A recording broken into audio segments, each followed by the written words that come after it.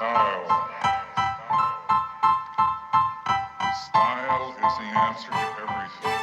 A fresh way to approach it. Hello दोस्तों, welcome to my channel Abraham nutrition. आज हम बात करेंगे कुछ ऐसे प्रोडक्ट के बारे में जो एक बिगिनर पर्सन है जिसको जिम जॉइन करना है, जिसकी बॉडी को ग्रो करना है, जिसको मसल मास गेन करना है, उसके लिए क्या चीज़ें ज़रूरत होती है, क्या ज़रूरी है। बेसिकली क्या होता है, जब कोई बंदा वर्कआउट स्टार्ट करता है as a if is a beginner, अगर वो बंदा बिगिनर है, उसने कभी वर्कआउट नहीं किया है और कोई सप्लीमेंट्स नहीं लिया है। इंडिया में सप्लीमेंट्स को लेकर बहुत सारा मिसकंसेप्शन है। मिसकंसेप्शन ये है कि सप्लीमेंट खाने के कारण, और आप ये बोले कि सप्लीमेंट कंज्यूम करने से, स्पोर्ट्स सप्लीमेंट कंज्यूम करने से किडनी फेल हो जाती है, इम्पोटेंसी हो जाती है।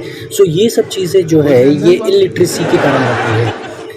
अगर आप राइट चीज़ राइट पोर्शन में राइट टाइम पे लोगे तो कभी कोई उस चीज़ का कभी कोई साइड इफ़ेक्ट्स नहीं होगा। सेकेंडरी, कोई भी चीज़ जब आप लेते हो वो एक लिमिट तक ही सही होती है।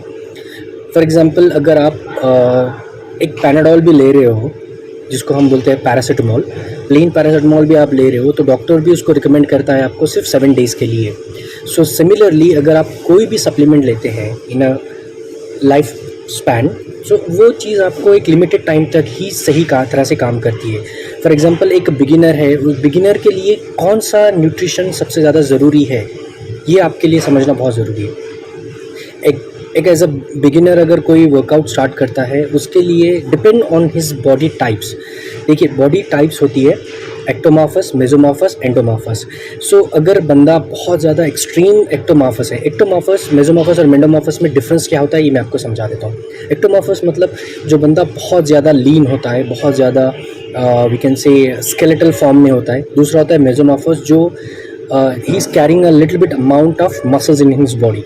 और एक होता है एंडोमॉर्फस, जो होता है ओबेसिटी, जो कैरी करता है ओबेसिटी, जिसमें बहुत ज़्यादा फैट, बहुत ज़्यादा वज़न होता है, जिसकी कंपेयर टू उसके बीएमआर के हिसाब से उसका डेली कंजप्शन ऑफ फूड बोलो आप, या उसकी कैलोरीज इनटेक जो है वो बहुत ज़्यादा होता है। तो उन चीज़ों के हिसाब से ही आपको आपका सप्लीमेंट का इनटेक होना चाहिए।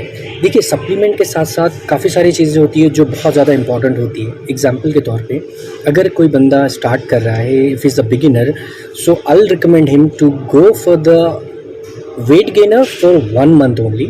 But if you taking a weight gainer, अगर आप वेट गेनर ले रहे हो, कोई भी वेट गेनर ले, ऐसा कोई ज़रूरी नहीं है, बट टाइप्स होता है। जैसे कि अगर कोई बंदा है जिसका स्लाइटली स्टमक अप है, बेली फैट है, सो क्या होता है, जब बेली फैट होने के कारण अगर आप उसको एक गेनर दे रहे हैं जिसमें सिंपल कार्ब और सिंपल प्रोटीन है।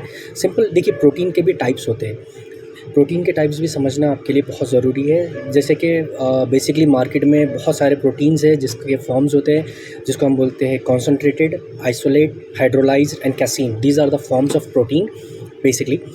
सो प्रोटीन में जो फॉर्म्स होते हैं, एज अ गेनर, जो गेनर होता है, कोई भी आप गेनर लेंगे, कोई भी गेनर आप उठा लो, हर गेनर के अंदर एक फॉर्म्स होता है प्रोटीन का, और एक फॉर्म होता है आपका कार्बोहाइड्रेट का, जिसमें यूजुअली हर गेनर, जो भी आप ब्रांड का गेनर लेंगे, वो माल्टोडेक्स्ट्रोज ही यूज़ करते हैं, जिसको हम सिंपल कार्बोहाइड्रेट बोलते हैं।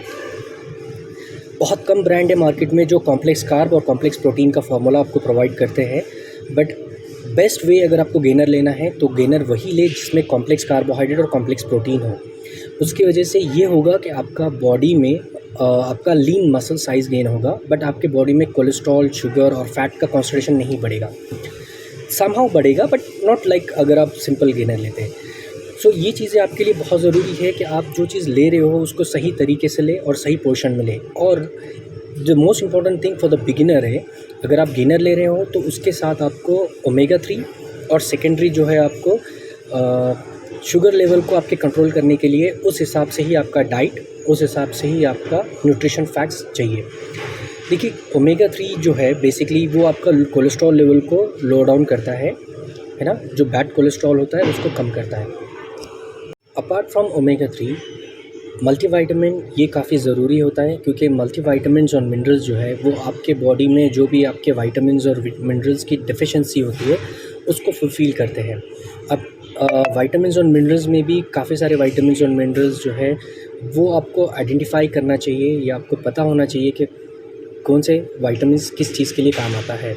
जैसे कि देखिए, विटामिन्स और मिनरल्स दो टाइप के होते हैं, एक हम उसको बोलते हैं फैट सोल्यूबल और एक होता है वाटर सोल्यूबल।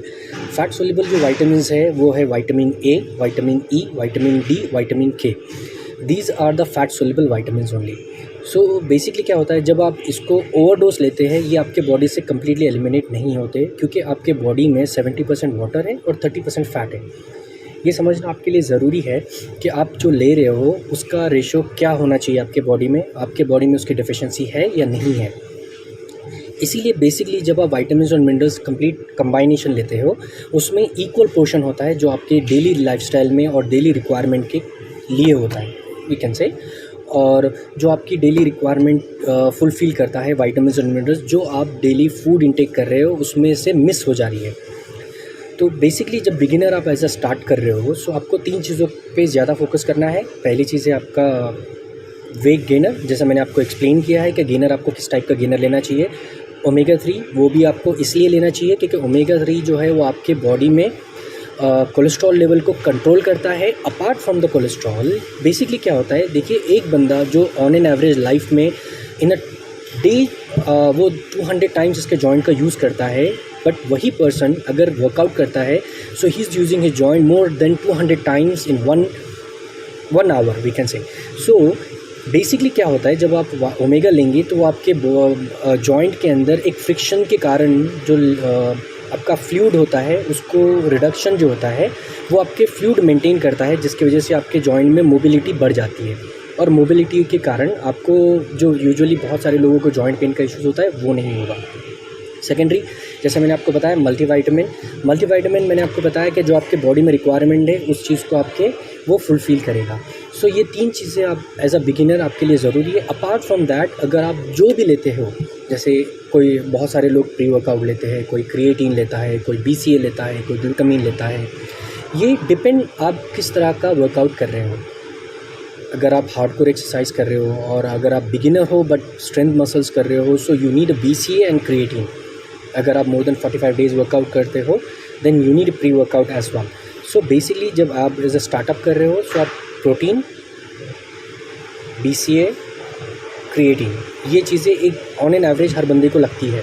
बट अगर एज अ बिगिनर हो तो आप एक गेनर, एक ओमेगा 3 और मल्टीविटामिन, ये 3 चीज़ों पे आप ज़्यादा आपका फोकस रखें। और जो प्रोटीन का लेने का कंजप्शन जो तरीका है, कंज्यूमिंग प्रोसेस होता है उसका, प्रोटीन आप बेसिकली क्या करें, एक स्कूप, डिपेंड आपके बॉडी वेट के हिसाब से आपको प्रोटीन का रेशो चाहिए, डिपेंड आपके बॉडी वेट के हिसाब से आपको कार्बोहाइड्रेट का इंटेक चाहिए।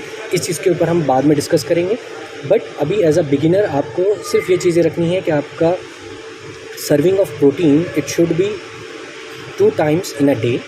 One will be in the morning and second one will be after workout if you're doing workout in evening time. अगर आप वर्कआउट के बाद, अगर आप वर्कआउट इवनिंग में करते हो तो वर्कआउट के बाद लें, और अगर आप वर्कआउट मॉर्निंग में करते हैं तो वर्कआउट के बाद, और secondary will be after 6 hours।